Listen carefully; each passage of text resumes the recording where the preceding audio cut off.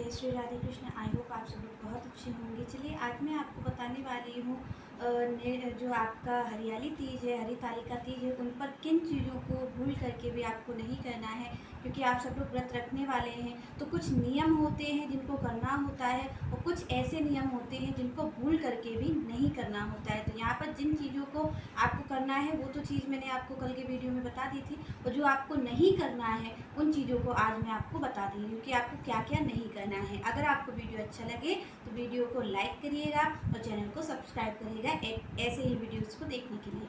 चलिए अब आगे बात करेंगे कि हमें किन चीज़ों को नहीं करना है। आप सब लोग व्रत रखने वाले हैं तो पहली चीज़ यहाँ पर ये है कि आपको कैसा व्रत रखना है, निर्जला व्रत रखना है। आप सबको निर्जला व्रत रखना है और जब तक व्रत पूरा नहीं हो जाए आपको पानी भी ग्रहण नहीं करना है। तो इस चीज़ का आप ध्यान रखें, भूल करके भी आप पानी को ना पी लें, क्योंकि आपको निर्जला व्रत रखना है। और क्योंकि अगर आप पानी पी लेंगे तो आपका जो व्रत है वो खंडित हो जाएगा, व्रत आपका टूट जाएगा पानी पीने से।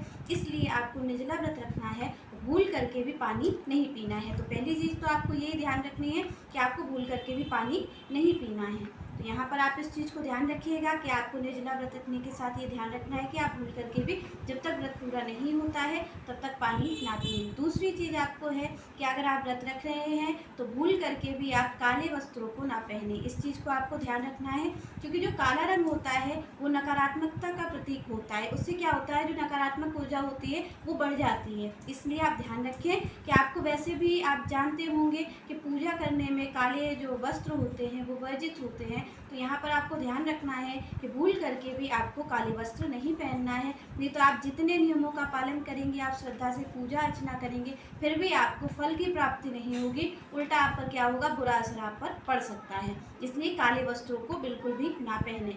तीसरी बात यहाँ पर है कि आप जान रहे हैं कि भोलेनाथ का व्रत है और पार्वती जी का व्रत है, तो आप निश्चित सी बात है कि आप दूध का शिवलिंग पर अभिषेक जरूर करेंगे।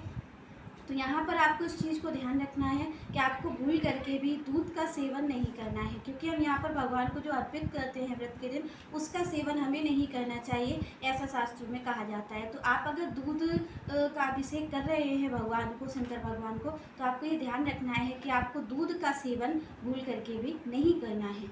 यहाँ पर आपको इन चीज़ों को ध्यान रखना है कि आपको दूध का सेवन नहीं करना है। चौथी चीज़ है आपको क्रोध नहीं करना है।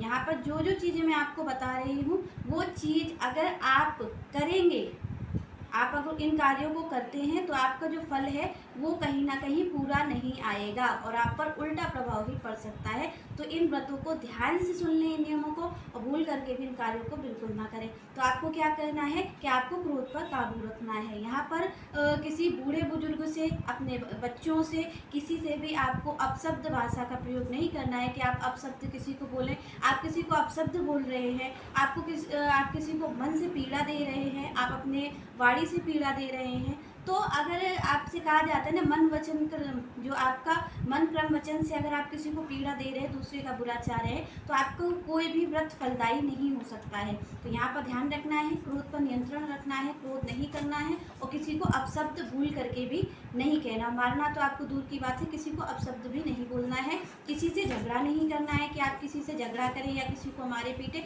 बिल्कुल भी इन कार्यों को नहीं करना है, क्योंकि अगर आप इन कार्यों को करेंगे तो आपका जो परिणाम है वो कुछ और ही आ जाएगा आपके व्रत का। इसलिए भूल करके भी इन कार्यों को ना करें। इसके बाद आपको लास्ट बात है ब्रह्मचर्य का पालन।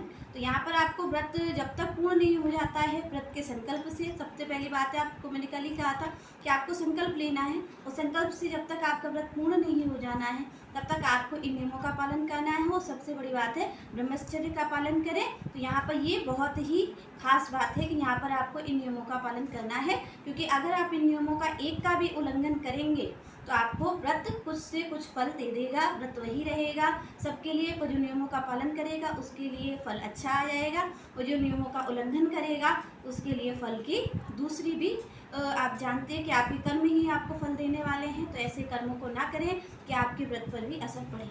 तो फिर जो नेक्स्ट चर्चा है वो नेक्स्ट वीडियो में करेंगे। तब तक के लिए व्रत को करिए, नियमों का पालन करिए और फल की ज़्यादा से ज़्यादा आपको प्राप्ति हो सके, ऐसी हम भगवान से कामना करते हैं। तब तक के लिए जय श्री राधे, जय श्री कृष्ण।